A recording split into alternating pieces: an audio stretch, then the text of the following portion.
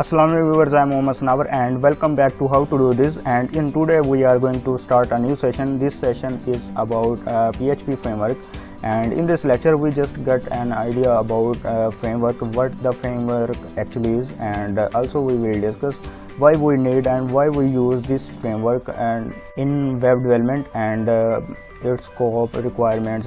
These are things we will discuss in this lecture, and let's start this lecture. ये जो framework है इसको शुरू करने से पहले ऑब्जेक्ट ओरिएंटेड प्रोग्रामिंग जो है कॉन्सेप्ट वो आपको हर हाल में आना चाहिए। उसके बगैर ये जो फ्रेमवर्क है वो आप लोग नहीं कर सकते।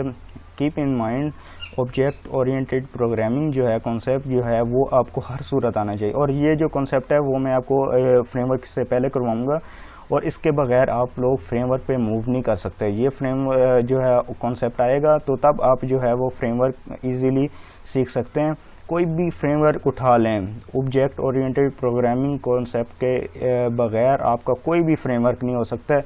चाहे आप सी शार्प करें, चाहे आपका रूबी करें, चाहे पाइथन करें, कोई भी लैंग्वेज उठा के देख लें, उसके अंदर आप ऑब्जेक्ट ओरिएंटेड प्रोग्रामिंग के बगैर आप फ्रेमवर्क नहीं कर सकते। तो कीप इन माइंड, ये आपका बहुत ज़रूरी टॉपिक है और इंशाल्लाह हम लोग इसी से स्टार्ट लेंगे, और ये ऑब्जेक्ट ओरिएंटेड प्रोग्रामिंग से ही हम लोग स्टार्ट लेंगे, और उसके बाद हम लोग जो है वो फ्रेमवर्क पे मूव करेंगे। तो ये हम लोग फर्स्ट जो है वो मैं लेक्चर जो है वो ऑब्जेक्ट ओरिएंटेड प्रोग्रामिंग कॉन्सेप्ट पे ही करूँगा, और ये ज़्यादा लेंथी नहीं करेंगे, लेकिन हम लोग इंशाल्लाह जल्दी कवर करने की कोशिश करेंगे। तो सबसे पहले हम डिस्कस करते हैं कि व्हाट इज़ वेब फ्रेमवर्क। तो फ्रेमवर्क क्या है? This is nothing else but this is the collections of solutions, and जो है वो आपको एक इन्वायरमेंट प्रोवाइड करता है, या आप इस तरह कह लें कि आपको एक प्लेटफॉर्म प्रोवाइड करता है जहाँ पे आप लोग बैठ के जो आपकी अगर वेबसाइट जो है वो बड़ी वेबसाइट है तो उसको इजीली हैंडल करने के लिए जो है वो फ्रेमवर्क यूज़ करते हैं।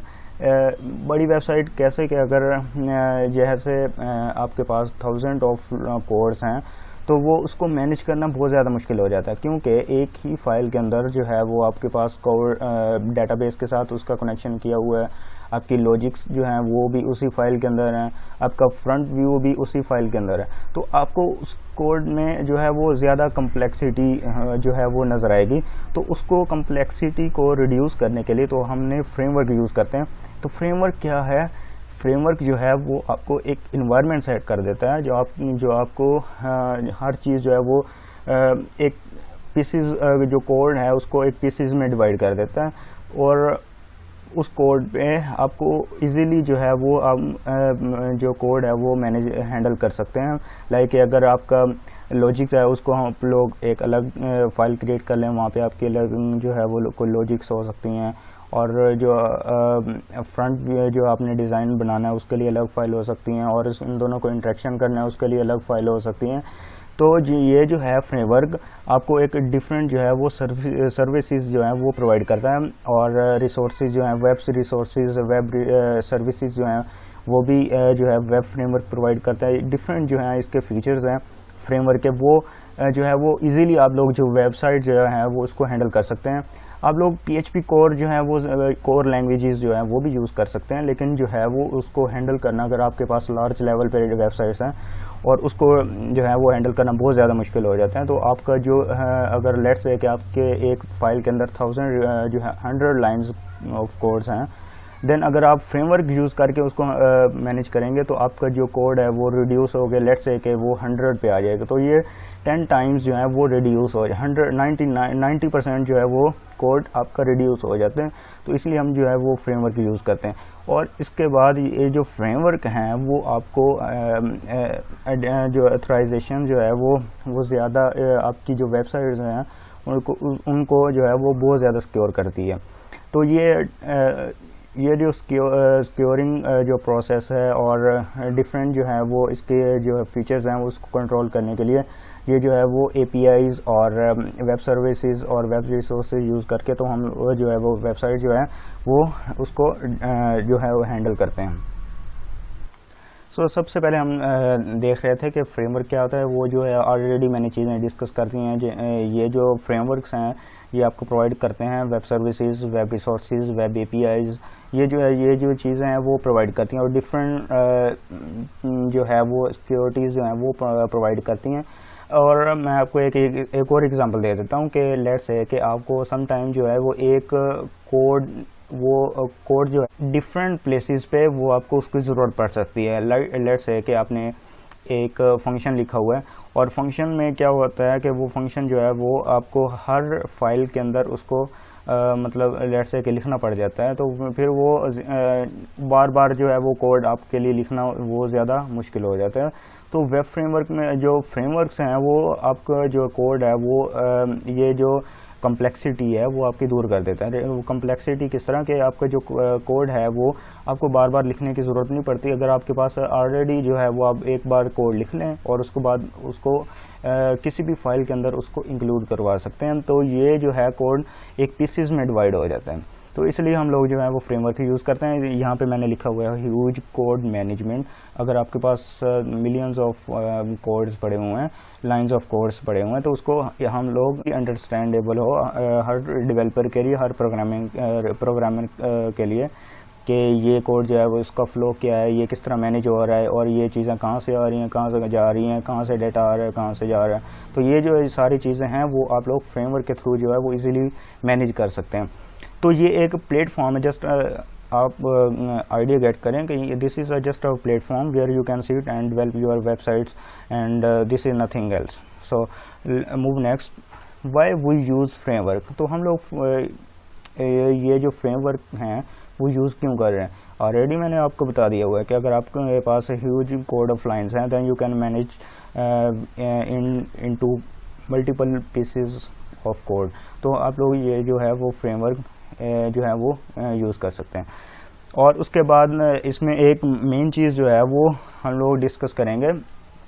ये जो चीज़ है वो आपकी हर वेब एप्लीकेशंस में जो है वो ज़्यादा यूज़ होती है, वो है MVC।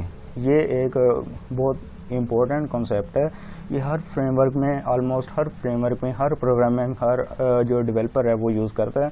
MVC stand for model view control. तो what is model, what is view, what is controller, तो वो आप जस्ट आइडिया गेट करें कि ये चीज़ें हैं वो क्या होती हैं। जस्ट ये सोचें कि मॉडल जो है वो यहाँ पे जितनी भी आपकी लॉजिक्स जो होती हैं वो बिजनेस लॉजिक्स जो हैं वो डेटाबेस के साथ कनेक्शंस भी हो सकते हैं, और आपकी जितनी भी क्यूरीज हैं और जितने भी आपकी लॉजिक्स जो होती हैं, जैसे मैंने फर्स्ट लेक्चर PHP के फर्स्ट लेक्चर में लॉजिक्स के बारे में बताया था, तो वो सारी जो लॉजिक्स हैं वो आपकी मॉडल के अंदर होती हैं।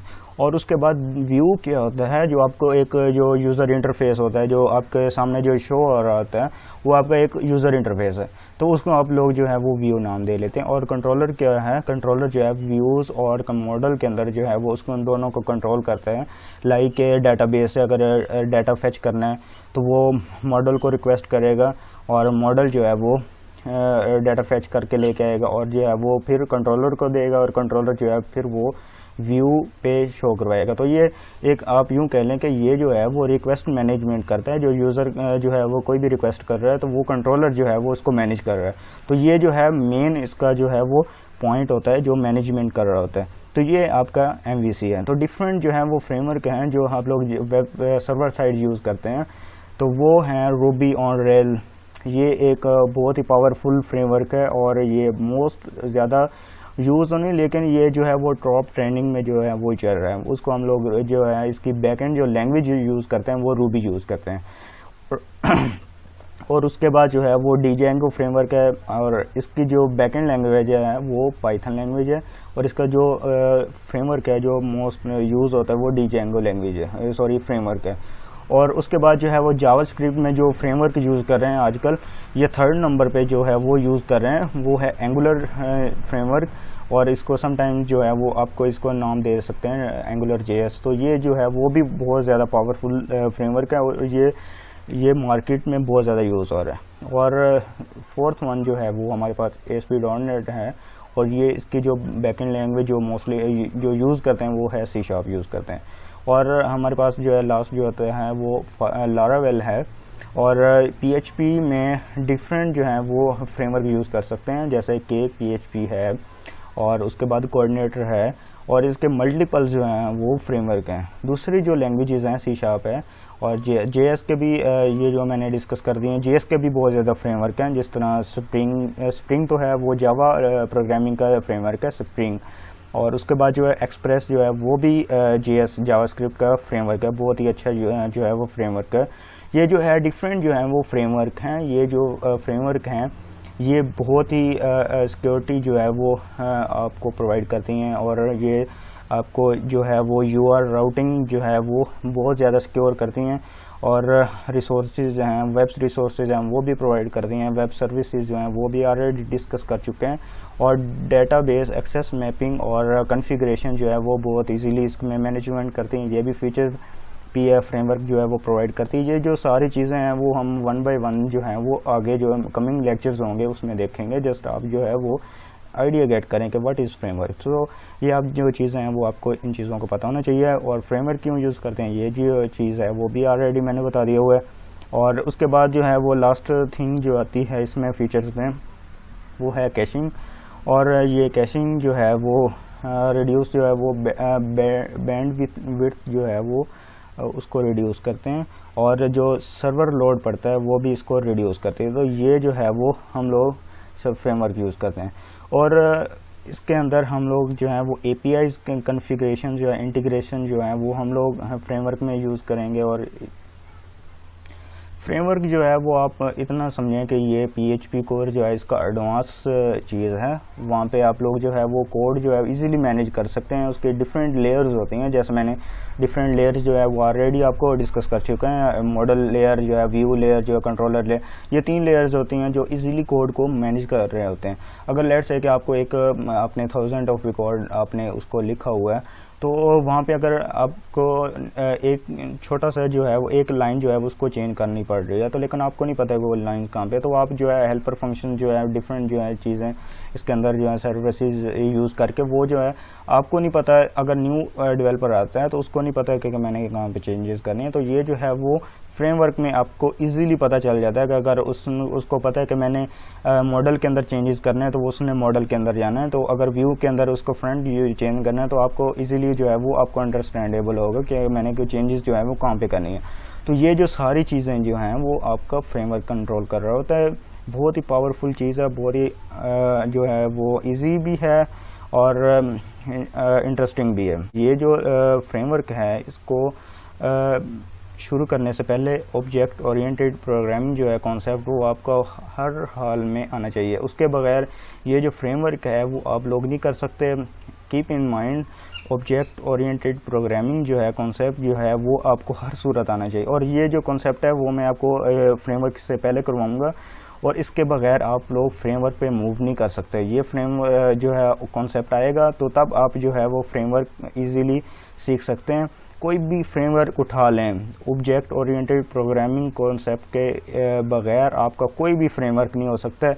चाहे आप C# करें, चाहे आपका रूबी करें, चाहे पाइथन करें, कोई भी लैंग्वेज उठा के देख लें, उसके अंदर आप ऑब्जेक्ट ओरिएंटेड प्रोग्रामिंग के बगैर आप फ्रेमवर्क नहीं कर सकते। तो कीप इन माइंड ये आपका बहुत ज़रूरी टॉपिक है, और इंशाल्लाह हम लोग इसी से स्टार्ट लेंगे, और ये ऑब्जेक्ट ओरिएंटेड प्रोग्रामिंग से ही हम लोग स्टार्ट लेंगे, और उसके बाद हम लोग जो है वो फ्रेमवर्क पे मूव करेंगे। तो ये हम लोग फर्स्ट जो है वो मैं लेक्चर जो है वो ऑब्जेक्ट ओरिएंटेड प्रोग्रामिंग कॉन्सेप्ट पे ही करूँगा, और ये ज़्यादा लेंथी नहीं करेंगे, लेकिन हम लोग इंशाल्लाह जल्दी कवर करने की कोशिश करेंगे। तो मिलते हैं इंशाल्लाह नेक्स्ट लेक्चर में ऑब्जेक्ट ओरिएंटेड प्रोग्रामिंग कॉन्सेप्ट में, और तब तक के लिए अल्लाह हाफिज़।